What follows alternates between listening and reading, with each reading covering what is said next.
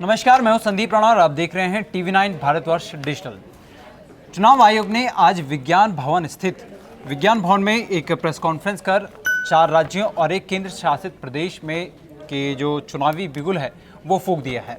इस पूरे खबर पर आप हमारे साथ बातचीत के लिए जुड़ चुके हैं मेरे सीनियर जर्नलिस्ट अमरीश सर, क्या क्या बड़ी घोषणाएं हैं?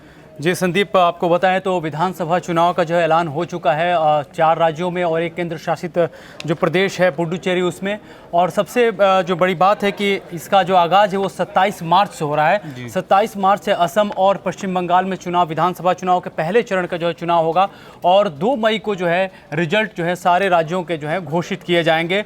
और सबसे बड़ी बात जो हम बता दें अपने दर्शकों को कि पश्चिम बंगाल को लेकर के, जिसको लेकर के सभी को इंतज़ार था कि पश्चिम बंगाल में चुनाव की घोषणा किस तरह से होगी, कितने फेज में होगी, तो हम आपको बता दें कि पश्चिम बंगाल में 8 चरणों में चुनाव, विधानसभा चुनाव का ऐलान किया गया है और इसमें 8 चरणों में ये पूरा किया जाएगा। जाहिर तौर पर कह सकते हैं कि ममता बनर्जी के लिए अगर ये थोड़ी सी चिंता की बात है, क्योंकि फेजेज जो हैं वो ज़्यादा बढ़ गए हैं और मतदान है और जो पूरा चुनाव का जो टेन्योर है वो काफ़ी ज़्यादा बढ़ गया और ऐसे में ख़ास तौर पर टीएमसी के लिए मुश्किलात हो सकते हैं उनके लिए। लेकिन अगर मैं चाहूँगा कि अपने दर्शकों को संदीप के बता दें कि किस किस राज्य में जो है कितने चरणों में चुनाव होने वाले हैं और कब कब होने वाले हैं, तो हम आपको पूरी डिटेल जानकारी दे रहे हैं। असम की सबसे पहले हम बात कर लेते हैं। असम में जो है 3 चरणों में चुनाव होने वाले हैं और पहला चरण जो है वो 27 मार्च को किया जाएगा मतदान, दूसरा जो है वो 1 अप्रैल को होगा और तीसरा 6 अप्रैल को जो है वोट डाले जाएंगे। ये असम में होंगे। असम में एक बार फिर से बता दें 3 चरण में मतदान होंगे, 27 मार्च, 1 अप्रैल और 6 अप्रैल को होंगे और इसका भी रिजल्ट जो है वो 2 मई को जो है घोषित किया जाएगा। दूसरी बात करते हैं, हम केरल की बात कर लेते हैं जी। केरल में भी जो है वो चुनाव जो है यहाँ पे एक ही चरण में पूरे किए जाएंगे। केरल, तमिलनाडु और पुडुचेरी यहाँ पे एक ही चरण में जो है चुनाव होंगे और यहाँ पे केरल में पहले जो चुनाव है वो 6 अप्रैल को होंगे और 2 मई को जो है काउंटिंग है। यहाँ भी 2 मई को, जैसा कि हम बता रहे हैं कि सारे राज्यों की काउंटिंग 2 मई को होगी। उसके अलावा तमिलनाडु जो है वहाँ भी 6 अप्रैल को होंगे और पुडुचेरी में भी 6 अप्रैल को ही जो है वोटिंग होगी। यहाँ पे तीनों राज्यों में एक ही चरण में वोट होंगे और इनके भी जो रिजल्ट होंगे वो 2 मई को घोषित किए जाएंगे। लेकिन जैसा हम बता रहे हैं, दिलचस्प बात है वेस्ट बंगाल की। 8 चरणों में जो है वो मतदान होंगे और 8 चरणों के हम डिटेल आपको बता दें कि पश्चिम बंगाल के जो 8 चरण के चुनाव है, पहला चरण जो है वो 27 मार्च को है। जी हाँ, 27 मार्च को है और इसी के साथ असम में भी 27 मार्च को पहले चरण की वोटिंग होगी और दूसरा चरण जो है वो 1 अप्रैल को है। तीसरा चरण जो है पश्चिम बंगाल का वो 6 अप्रैल को वोट डाला जाएगा। चौथे चरण का मतदान जो है वो 10 अप्रैल को डाला जाएगा। 5वें चरण का मतदान 17 अप्रैल को है। 5वां जो है काफ़ी अहम भी माना जा रहा है, क्योंकि ये काफ़ी देखा जाए तो ये जिस तरह के जो जिनकी घोषणा की है सुनील अरोड़ा ने, मुख्य चुनाव आयुक्त, वो काफ़ी वोलाटाइल एरिया रहा है और इसमें जो है वो 17 अप्रैल को वोटिंग है और 6ठे चरण जो है वो 22 अप्रैल को मत डाले जाएंगे। 7वें चरण का जो मतदान है वो 26 अप्रैल को है और 8वें फेज़ का मतदान, आखिरी मतदान 29 अप्रैल को होगा और काउंटिंग जैसा कि हम बता रहे हैं 2 मई को घोषित किया जाएंगे। तो सर 5 प्रदेशों की 824 विधानसभा सीटों पर ये पहली बार इंडिया के इतिहास में होगा जब चुनाव आयोग मतदान एक साथ कराएगा।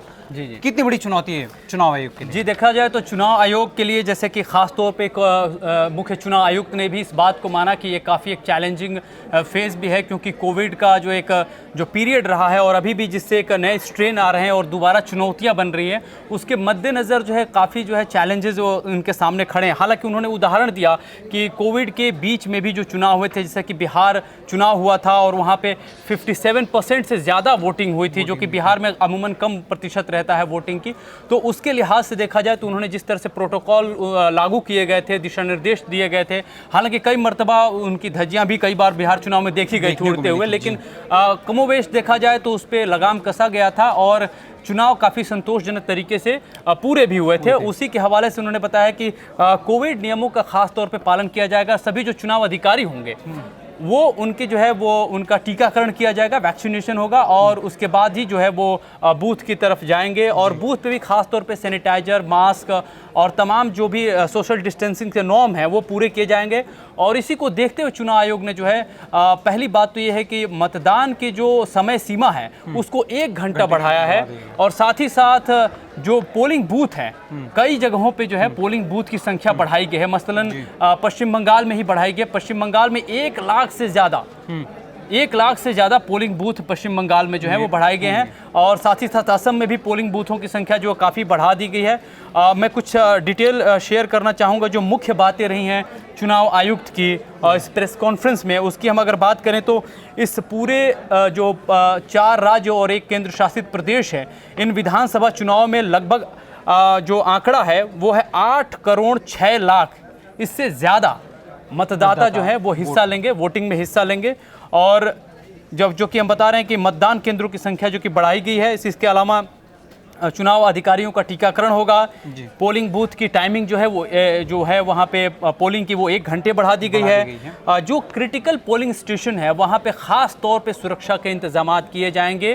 ख़ास तौर पे पश्चिम बंगाल और असम में इसकी जो कि कुछ एरिया जो है उग्रवाद प्रभावित हैं, तो वहाँ पे ख़ास तौर पे जो है फोर्सेस वहाँ पे तैनात की जाएंगी। बाकी हर राज्यों में चुनाव की जो देख रेख होगी वो सीआरपीएफ के अंतर्गत होगी। सीआरपीएफ जो है वो सुरक्षा का जिम्मा जो है संभालेंगी। और चुनाव से पहले जो है तारीख से जो कि घोषणा हो चुकी उससे पहले भी जो है सीआरपीएफ वहाँ जा करके अपना मोर्चा संभाल लेगी और तमाम सुरक्षा के चाक चौबंद व्यवस्था होगी। साथ ही जिले के जो एसपी होंगे, डीएम होंगे, चाहे जो डीसी होंगे वहाँ के, उनके ऊपर पूरी की पूरी दारोमदार होगा कि वो कैसे चुनाव को जो है वो कंडक्ट कराते हैं।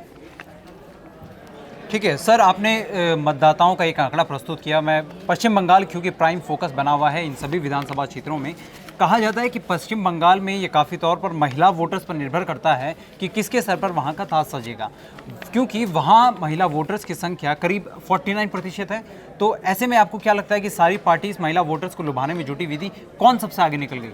जी देखिए, अभी तो ये चुनाव का दौर चल रहा है। अब चूंकि जब ऐलान हुआ है तो काफ़ी और जो है धुआंधार तरीके से प्रचार देखे जाएंगे। घोषणाएं तो अलबत्ता हर पार्टियों की तरफ से की जा रही है। ख़ासतौर पे जिस तरह से अगर भारतीय जनता पार्टी की बात करें तो वो पार्टी जो पिछले विधानसभा चुनाव 2016 की बात करें तो बामुश्किलन उसका वोट प्रतिशत वो 1% के आसपास रहा था, वो अब उसका सीधे कम्पीट कर रही है उनसे। जो ममता बनर्जी जिनकी जो वोट प्रतिशत जो थे वो 2016 में वो 70% से ज़्यादा थे और ये बीजेपी कहीं दूर दूर तक नहीं थी। लेकिन जो पिछले जो चुनाव हुए हैं, निकाय चुनाव हुए हैं, उसमें बीजेपी और जो लेफ्ट पार्टियां हैं और कांग्रेस है उनको पीछे छोड़ते हुए वो 2nd नंबर की पार्टी बन गई है अगर वोट परसेंटेज की बात करें तो पश्चिम बंगाल में। तो उस लिहाज से बात करें तो बीजेपी नो डाउट जो है वो एस्केलेट कर रही है, उसका एस्केलेशन मोशन जो है वो काफ़ी बेहतरीन होता जा रहा है। आपका सवाल था कि महिला वोटरों की बात करें, नो डाउट पश्चिम बंगाल एक महिला प्रधान राज्य रहा है और वहाँ पे महिलाओं की भागीदारी भी काफ़ी जो है वो वाइब्रेंट रही हैं। और इस लिहाज से अगर देखेंगे तो अभी तक जो है जो हम टीएमसी को देख रहे थे, जो फ़ायदा मिल रहा था महिला वोटरों का वो काफ़ी हद तक जो है ममता बनर्जी के पाले में था, खाते में था। लेकिन उसके बाद से भाजपा जब पश्चिम बंगाल में आई है तो उसने कई भाजपा के जो महिला नेताएं हैं उनके ऊपर विश्वास जताया और उनको काफ़ी फ्रंट पे रखा भी है, चुनाव प्रचार में आगे रखा हुआ है। हालांकि ये भी एक एक्सपेरिमेंट है कि जिस तरह से ममता बनर्जी महिलाओं को जो है लुभाती थी, जिस तरह से उनको आकर्षित कर लेती थी, जिस तरह से उनका विश्वास हासिल करती थी, क्या बीजेपी वो मोमेंटम हासिल कर सकती है, ये देखने वाली बात जरूर होगी। क्योंकि ये भी एक एक्सपेरिमेंटल फेज में है और बीजेपी भी इसको उसी तरह से देख रही है। तो निश्चित तौर पर पश्चिम बंगाल और अन्य 5 प्रदेशों में जो मौजूदा पिछले दौर में पिछले कुछ समय में जो घटनाक्रम बदले हैं उसने वहाँ की स्थिति को काफ़ी बदल दिया है। खैर, आज आप हमारे साथ जुड़े, बहुत बहुत शुक्रिया। हमने आपको बताया कि किस तरह से किन किन चरणों में चुनाव होने जा रहे हैं और कितने महत्वपूर्ण ये होने वाले हैं। चुनाव आयोग ने तारीखों का ऐलान करते हुए त्यौहार का, होली का और कोरोना महामारी का सभी चीज़ों का ख्याल रखा है और 2 मई को हर जगह 5 प्रदेशों में का जो रिज़ल्ट होगा, काउंटिंग डेट होगी, मतदान गणना होगी, वो 2 मई को देखी जाएगी। हमारे साथ जुड़ने के लिए बहुत बहुत शुक्रिया। देखते रहें TV9 भारतवर्ष। फिक्र आपकी, सोमवार से शुक्रवार रात 9 बजे सिर्फ TV9 भारतवर्ष पर।